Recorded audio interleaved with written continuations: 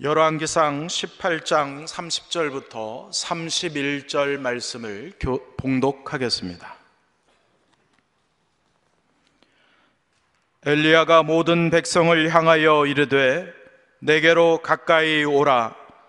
백성이 다 그에게 가까이 가매 그가 무너진 여호와의 제단을 수축하되 야곱의 아들들의 지파의 수요를 따라 엘리야가 돌 12개를 취하니 이 야곱은 옛적에 여호와의 말씀이 임하여 이르시기를 내 이름을 이스라엘이라 하리라 하신 자더라. 아멘. 예수님의 제단, 이 제목으로 이민재 담임 목사님께서 말씀 증거해 주시겠습니다. 우리 주 예수 그리스도의 은혜와 사랑이 여러분과 함께 하시기를 주의 이름으로 축원합니다.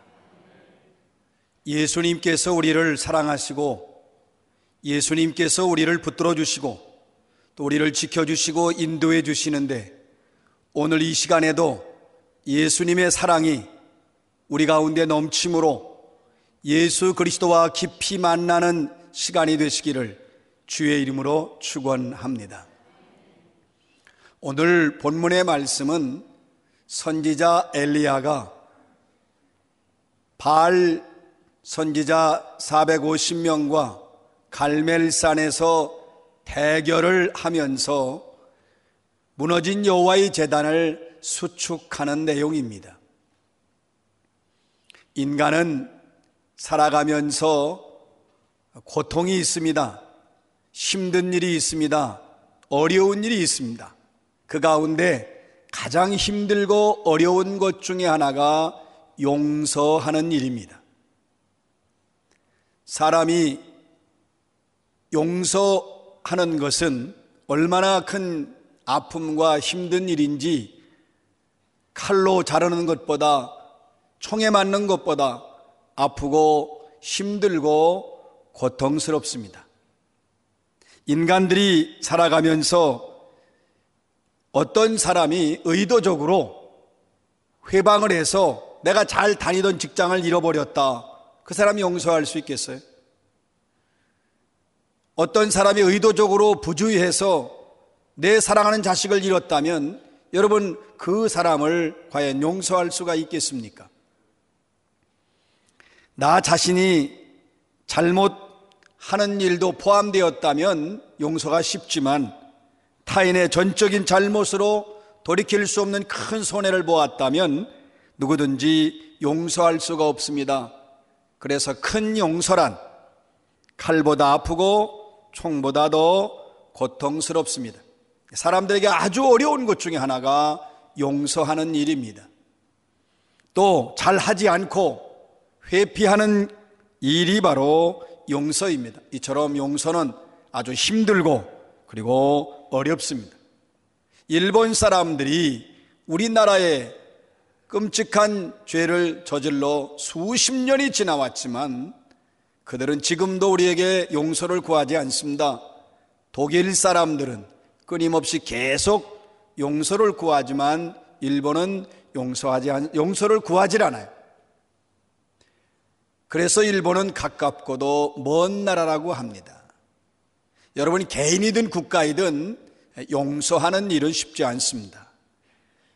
세계 도처에 테러가 일어나고 또 국가 간에 전쟁이 일어나고 국지적으로 많은 분쟁이 있습니다. 그 근거에는 바로 용서하지 못하는 일들이 있기 때문에 그렇습니다. 사람들이 사실 용서를 잘 하지 못하는 공통성을 가지고 있습니다. 그것은 우리가 죄성을 가지고 있는 존재들이기 때문에 그렇습니다. 그래서 인생을 살면 살수록 연륜이 깊어지고 더 많이 살면 더 용서를 많이 할 것 같지만 실제로는 인간이 죄성을 가지고 있기 때문에 사람은 살면 살수록 더 많이 용서할 수 없는 사람이 점점 늘어나는 것이 우리 인생의 현주소입니다. 엘리야 선지자가 여호와 하나님을 떠나서 바알을 섬기는 이스라엘 백성들을 갈멜산으로 다 불러 모았습니다. 그래서 제단을 쌓고 그 위에 제물을 바쳐놓고 하늘에서 불을 내리는 신이 참신이니 그 신을 하나님으로 믿자, 이렇게 제안을 하고 그리고 약속을 합니다. 그래서 먼저 바알을 섬기는 바알의 선지자 450명이 자기들의 신에게 소를 바치고 그리고 불을 내려달라고, 그 제단 위에 그 제물을 다 불을 살라달라고 부르짖어 그들은 바알 신에게 기도합니다. 자, 그런데 아침, 정오, 저녁 때까지 응답이 없어요. 나중에는 칼로 자기들의 살을 베고 창으로 자기들의 몸을 찌르면서 피를 내면서 미친 듯이 날뛰고 기도하지만 전혀 응답이 없습니다. 저녁이 다 됐는데 결국 바알 신에게 응답이 전혀 없습니다. 아무런 도움의 손길도 없습니다. 그들은 시인했어요. 아, 우리 신으로는 안 되는구나. 이제는 바알 신은 아무런 응답과 그리고 능력을 가진 신이 아니구나. 그리고 나서 이제 엘리야가 차례가 됐어요. 엘리야는 홀로 제단에 나아갑니다. 그 엘리야가 이제 홀로 제단에 나아가는데 제물을 바치고 여호와께 기도해야 되는데 그 전에 엘리야는 이스라엘 백성들을 가까이 오라, 갈멜산에 올라온 이스라엘 백성들을 가까이 오라, 하나님으로부터 멀어진 백성들을 가까이 오라고 합니다. 하나님을 떠난 백성들을 가까이 오도록 부릅니다. 사실 그들은 여호와의 제단을 돌보지 않았습니다. 관심도 없었습니다. 그래서 그만 여호와의 제단이 무너졌어요. 그것을 다시 수축해요. 가까이 와서 이 무너진 제단을 수축하는 모습을 자세히 보라고 합니다. 이스라엘 백성들은 여호와를 떠나서 제단을 무너뜨린 장본인들입니다. 이스라엘 백성들은 하나님의 제단을 무너뜨린 자들이기 때문에 그들을 위해서 여호와의 제단을 수축하면 안 됩니다. 바알 제단을 가까이 하고 여호와의 제단을 멀리한 자들, 그리고 바알의 백성들이 된 더러운 이스라엘 족속들이죠. 하나님으로부터 멀어진 자들입니다. 하나님께서 이들을 이집트에서 구원해냈지만 그들은 하나님 버렸어요. 하나님께서 농사가 잘 되도록 해를 주시고 비를 내려주시고 풍요롭게 되었지만 바알이 그렇게 해준 거라고 했어요. 하나님께서 수많은 민족들로부터 그들을 지켜주시고 그들을 보호해 주셨지만 바알이 도와주었다. 그러면서 하나님을 떠나서 바알을 섬기는 완악한 백성들입니다. 거기에 머무르지 않죠. 여호와의 제사장들을 다 죽였어요. 여호와의 제단을 허물어 버렸어요. 여호와를 더 이상 가까이 하지 않습니다. 옛적에 이스라엘이라고 하는 아주 존귀한 이름을 주었지만 결국 그 이름대로 살지 않고 이방을 섬기면서 하나님을 대적하고 하나님을 무시하고 하나님을 능욕했습니다. 그래서 하나님이 3년 6개월 동안 그 땅에 이슬 한 방울, 비 한 방울을 안 내리셨어요. 그 얼마나 고통스럽습니까? 그러면 그렇게 고통을 당하면 회개하고 돌아와야 되는데 이스라엘 백성들은 돌아오지 않습니다. 그러면 공의의 하나님은 이스라엘 백성들을 그대로 하늘에 불을 내려서 다 쓸어버려야 옳지 않겠습니까? 일벌백계로 다스려야 됩니다. 타락한 백성들이 더 이상 하나님께로 나오지 않아요. 그런데 이런 백성들 보고 하나님께 가까이 오라고 해서는 안 됩니다. 무너진 여호와의 제단을 다시 회복하고 수축해서는 안 됩니다. 그들이 저 제단을 무너뜨렸고 그 여호와의 제단을 바알 제단으로 바꾸어 만들었던 자들이 바로 북이스라엘 민족입니다. 아주 나쁜 인간들이에요. 이스라엘이라고 하는 좋은 이름을 주었지만 그 이스라엘의 이름대로 살지 않고 오히려 반대로 살았습니다. 존귀한 이름을 가졌지만 결국 그들은 타락한 백성이 되었습니다. 하나님을 멀리한 자들, 하나님을 버린 자들, 회개하지 않는 자들, 돌아오지 않는 자들, 이들을 용서해 줄 필요가 없습니다. 오히려 다시는 죄를 짓지 못하도록 채찍을 내리고 그리고 하나님으로부터 떠났으니 다시는 돌아오지 못하도록 하나님으로부터 떨어지게 해야 합니다. 그러나 엘리야는 이스라엘 백성들에게 하나님의 제단에 가까이 오라고 합니다.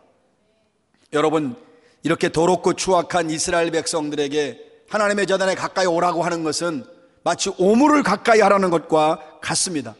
이건 일반적인 상식으로 볼 때 선지자가 해서는 안 될 말이고 행동입니다. 이건 하나님이 싫어하시는 일입니다.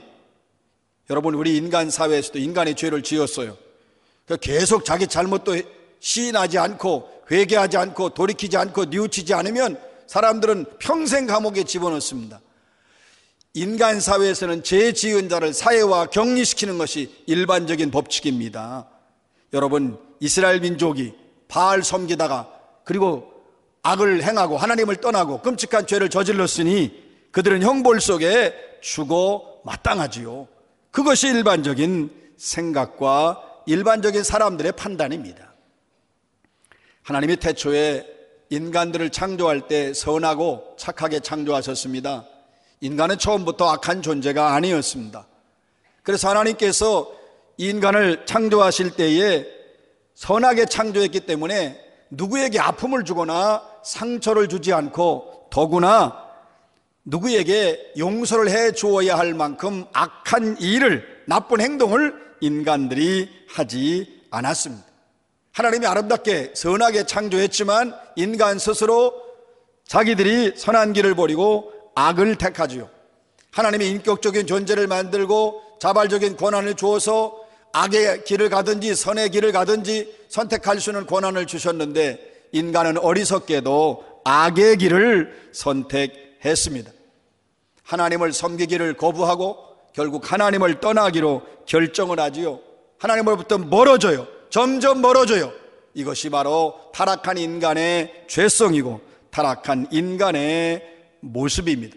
그 뒤로 인간은 살아가면서 계속 상대방에게 아픔을 주게 돼 있습니다. 그건 우리 타락한 인간의 죄악의 결과예요.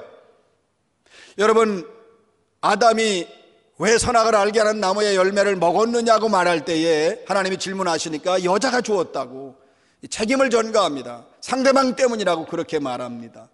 그러면서 인간은 타락한 이후에 누구에게인가 반드시 잘못하게 되어 있고 누군가에게 고통을 안겨주게 되어 있고 누군가에게 상처를 주게 되어 있습니다.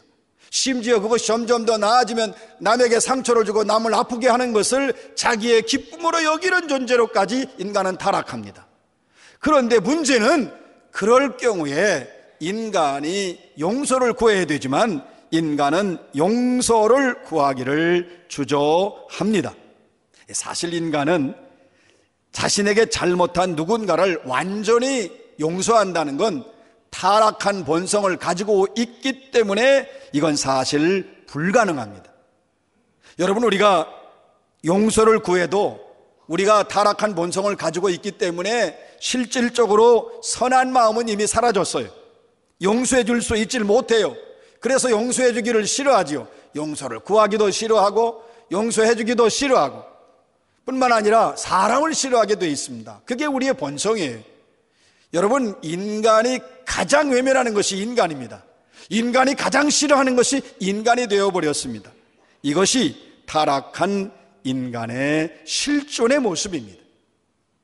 오늘 이 갈멜산상에서 이 엘리야가 하늘에서 불을 내리기 전에 이스라엘 백성이 바알을 섬기고 하나님의 제단을 돌보지 않기 때문에 무너진 그 제단을 다시 쌓습니다.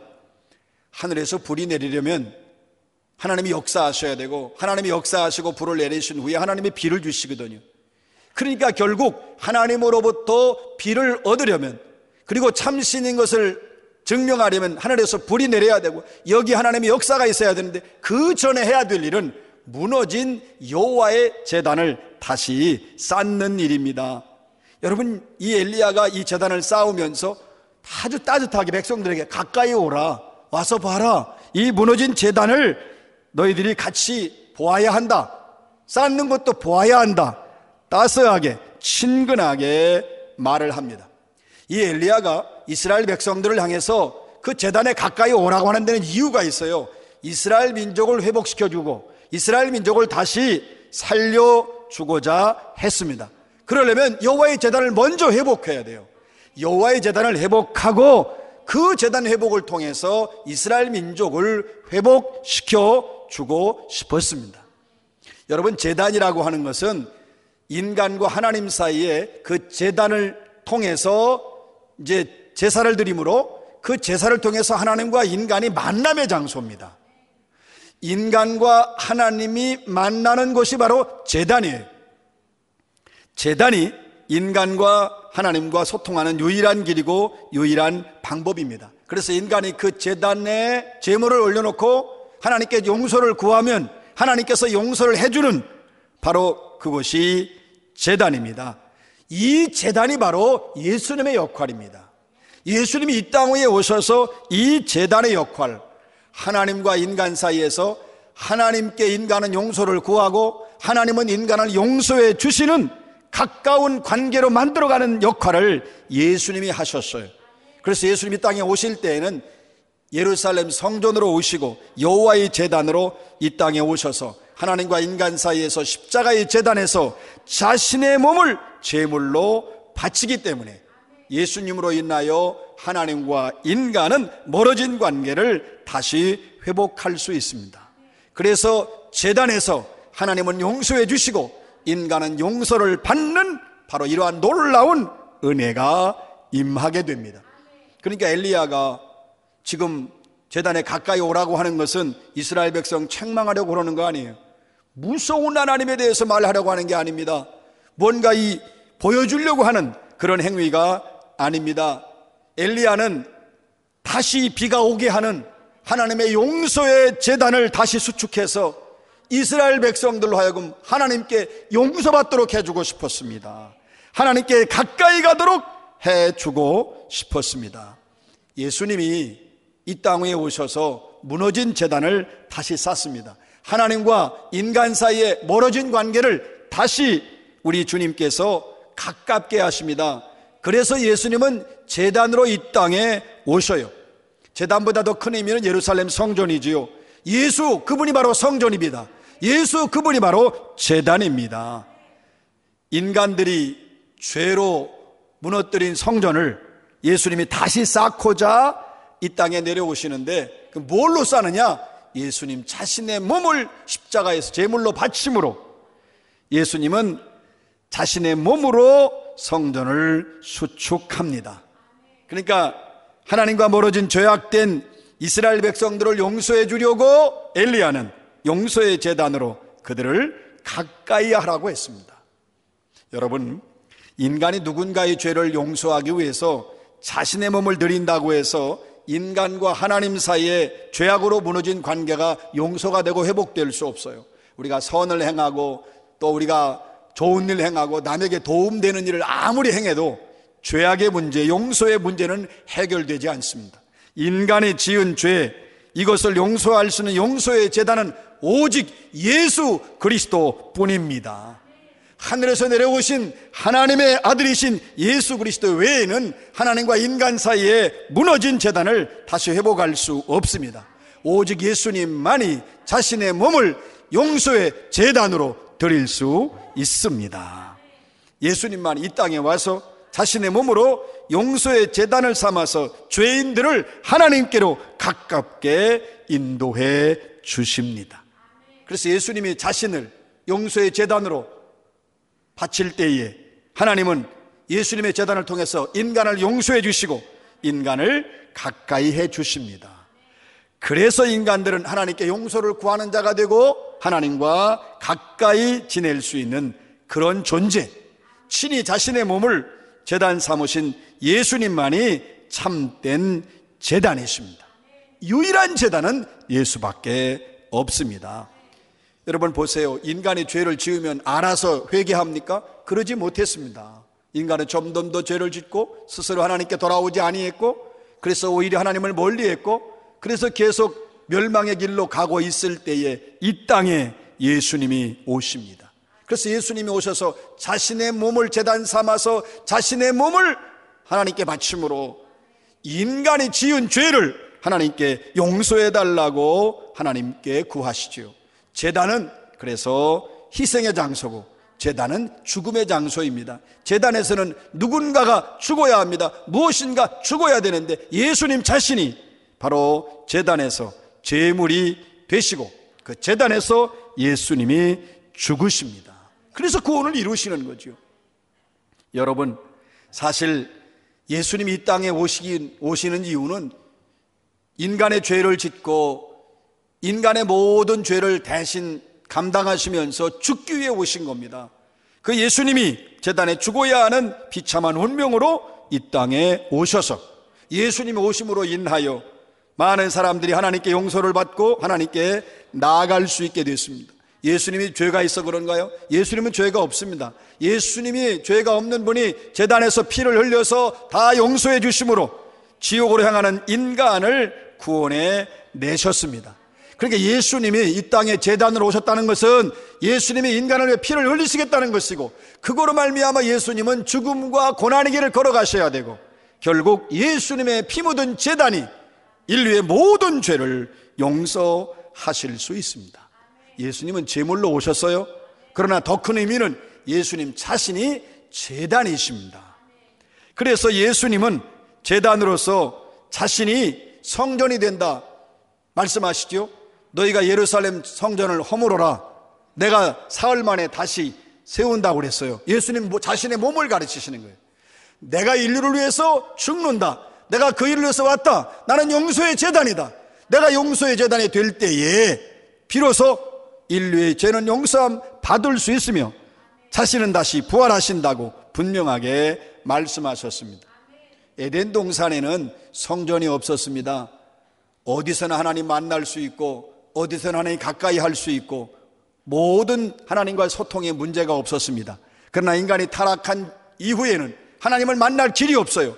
인간이 타락한 이후에 유일하게 하나님을 만날 수 있는 것이 제단이고 성전입니다. 그런데 예수님이 제단이 된다는 의미는 그 제단에서 모든 죄가 용서받기 때문에, 그래서 예수님은 제단이며 동시에 용서의 제단이 되십니다. 예수님의 이름으로 모든 죄가 용서를 받습니다. 제단의 참된 의미는 용서이고 성전의 커다란 의미는 하나님과 만나는 장소, 만난다는 게 뭡니까? 가까이 하는 장소가 됩니다. 사랑하는 성도 여러분, 우린 예수님 때문에 인간은 하나님의 용서를 받을 수 있고 예수님 때문에 우린 하나님께 용서를 구할 수 있는 피조물이 되었습니다. 예수님만이 참된 용서의 제단이 되시고 예수님만이 참된 가까운 성전입니다. 예수님 이 땅 위에 오셔서 가깝고 친밀한 제단이 되어 주시는 은혜가 우리에게 임했습니다. 그런데 여러분, 이렇게 진정한 용서를 하기 위해서 그냥 이루어지는 게 아닙니다. 자신의 몸을 깨뜨려서 예수님은 진정한 용서를 해 주십니다. 여러분, 희생이 없는 용서는 어렵습니다. 잊지 못해요. 여러분, 용서에는 반드시 큰 고통을 수반합니다. 용서는 편안하고 기쁘게 할 수 없습니다. 진정한 용서란 자신을 깨뜨리는 고통을 수반할 수밖에 없습니다. 예수님이 자신의 몸을 깨뜨렸습니다. 예수님이 자신의 몸을 십자가에서 죽으시고 피 흘리셨습니다. 그래서 그 용서로 하나님께 가까이 갈 수 있어요. 진정한 용서는요, 가까이 하는 겁니다. 용서하고서 다시 안 보면 아는 거예요. 여러분, 우리가 하나님 앞에 가까이 나가게 되는 것은 예수님이 한 용서가 참된 용서고 완전한 용서고 영원한 용서이기 때문에 그렇습니다. 여러분, 진정한 용서는 가까이 하는 겁니다. 그래서 예수님의 용서는 이렇게 자신을 깨뜨려서 하나님께 가까이 해주는 가장 완전하고 가장 영원한 용서가 됩니다. 그래서 우리가 예수님을 본받는 용서를 해야 합니다. 인간이 회개하고 돌아올 수 있으면 좋지만 그렇지 못하잖아요. 그래서 먼저 예수님이 찾아오셔서 인간의 모든 죄를 용서해 주시는 용서의 예수님이 용서의 제단이 되셔서 인간의 죄를 다 용서해 주시니까 비로소 인간이 하나님 앞에 나올 수 있고 예수의 제단에 나와서 용서를 받고 그래서 온전히 하나님 앞에 설 수 있게 되었습니다. 그러니까 여러분, 엘리야가 그 갈멜산에서 여호와의 제단을 쌓는 것은 용서의 제단을 쌓는 일입니다. 그래서 그 용서의 제단에서 이스라엘 모든 백성을 용서해 주고 그리고 난 다음에 하늘에서 불이 내리면 그 불은 결국 용서의 불이 됩니다. 하나님이 참신이라는 사실을 무지한 백성들에게 알려주기 위해서 은혜의 징표로 용서의 불이 내리기를 기다리고 있습니다. 그런데 그 불을 내리기 전에 제단을 수축하고 회복하는 것은 죄악된 이스라엘 백성을 향하신 하나님의 용서의 징표예요. 여러분, 엘리야가 수축하는 제단은요, 그 엘리야 이후 수백 년 뒤에 오실 예수 그리스도를 의미합니다. 용서하기 전에, 그리고 제단에 그 하나님의 불이 내리기 전에 엘리야는 제단을 수축합니다. 오실 예수님을 준비합니다. 제단으로 오실 예수님을 준비합니다. 우리가 엘리야를 큰 선지자라고 해요. 왜 큰 선지자입니까? 여러분, 그 엘리야가 바로 예수 그리스도의 오심을 상징하는 제단을 수축해서 이 땅에 예수가 오신다는 걸 미리 알려주었기 때문에 엘리야는 선지자 중에서 큰 선지자가 됩니다. 어떤 선지자가 큰 선지자입니까? 예수님의 오심을 상징하는 선지자. 어떤 선지자가 큰 선지자입니까? 예수님이 이 땅에 오실 것을 예표하는 선지자가 큰 선지자입니다. 그래서 타락한 이스라엘 백성들 앞에서 용서의 제단을 쌓으려고 백성들을 가까이 오라고 합니다. 결국 이것은 예수님이 오시면 예수님께서 용서의 제단에 되어서 모든 인류가 예수님을 통해서 하나님께 가까이 가게 될 것을 미리 예언한 의미 있는 행동입니다. 그러니까 엘리야의 모습에서 영광스러운 예수 그리스도의 모습을 발견할 수 있습니다. 이 용서의 제단을 통해서 이스라엘 민족이 살아나지요. 이스라엘 민족은 하나님께 가까이 나오게 됩니다. 이것이 엘리야의 위대하고 뛰어난 부분입니다. 엘리야에게는 예수님의 광채가 비춰지고 있습니다. 여러분, 이 땅에 모든 죄악을 용서해 주시는 예수님께서 용서의 제단으로 오십니다. 모든 인류가 어떠한 죄를 지었어도 예수 앞에 나오면 모든 죄는 다 용서받을 수 있습니다. 이 용서의 제단으로 타락한 인간들에게 예수님께서 가까이 오시면 우리도 예수님을 향하여 나가고, 그래서 모든 죄를 용서받게 됩니다. 사람은요, 용서한다고 하지만 우리가 하는 용서는 해주지 못할 용서가 있지요. 내 눈에 흙이 들어가도 용서하지 못한다는 경우도 있지요. 그것은 인간의 한계이고 인간이 그만큼 죄성을 가지고 있기 때문에 그렇습니다. 그러나 예수님의 용서는 한계가 없습니다. 범위가 없습니다. 끝이 없습니다. 누구든지 어떤 죄든지 예수 앞에 나오기만 하면 예수님께서 모두를 용서해 주시고, 그래서 용서의 제단에 되어주신 예수님이 하나님과 가깝게 해주시고 하나님과 친밀하게 해주십니다. 그러나 예수님을 거부하면 어떤 죄도 용서받을 수가 없습니다.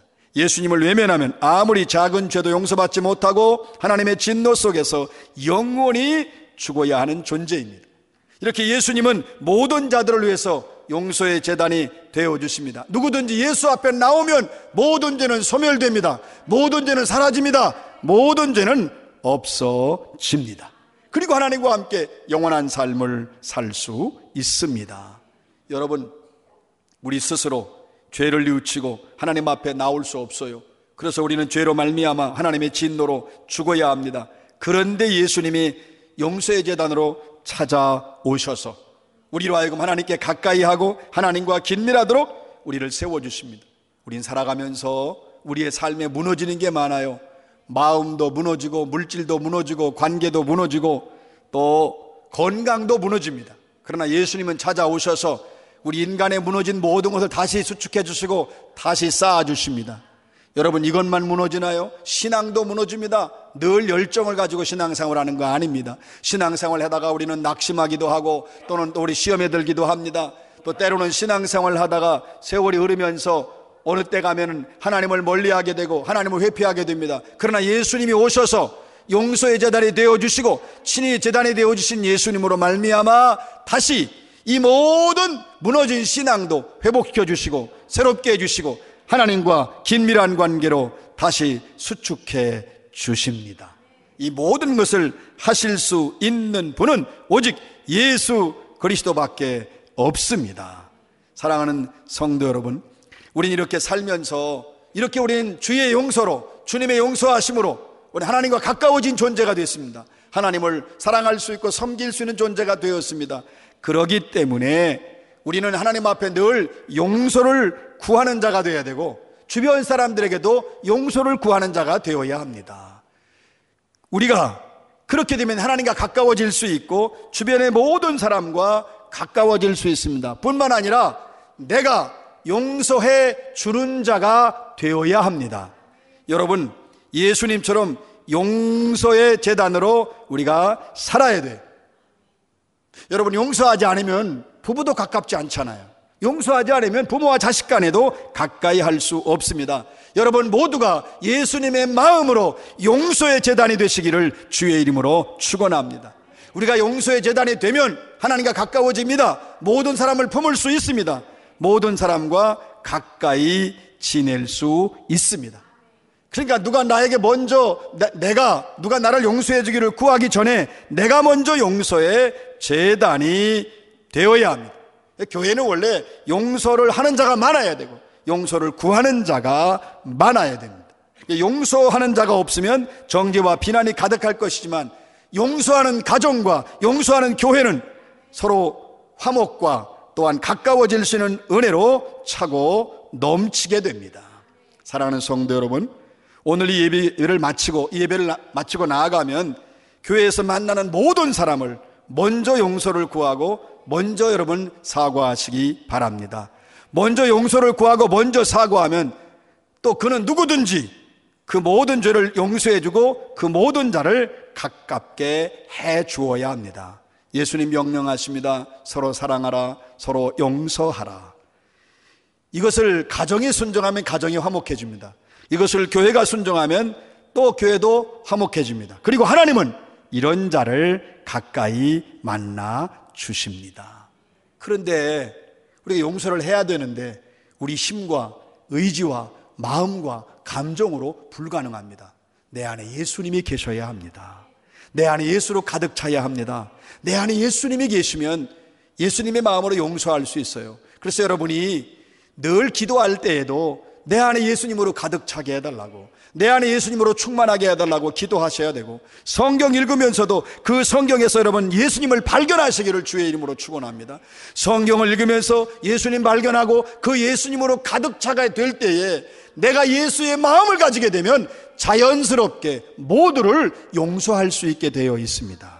내 마음에 예수님으로 가득 차 있으면 하나님께도 용서를 구하는 자가 되고 사람에게도 용서를 구하는 자가 되고, 내 마음에 예수를 가득 차 있으면 여러분 다른 사람을 용서해 줄 수 있는 자가 됩니다. 이것이 우리가 가야 할 길입니다.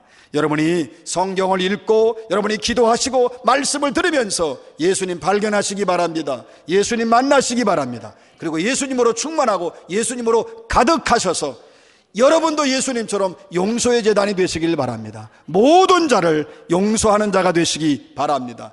하나님이 그럼 여러분과 가까이 하십니다. 하나님과 여러분은 화목하게 될 것이고 세상도 여러분과 가까워질 것입니다. 여러분 모두가 예수님처럼 용서의 제단이 되시기를 주의 이름으로 축원합니다. 기도합니다. 하나님 아버지, 우리 모두 예수님처럼 용서의 제단이 되게 하여 주옵소서. 우리도 하나님으로부터 용서를 받은 존재들입니다. 용서를 구할 수 있게 하시고 용서를 할 수 있게 하여 주옵소서. 예수 그리스도의 이름으로 기도합니다.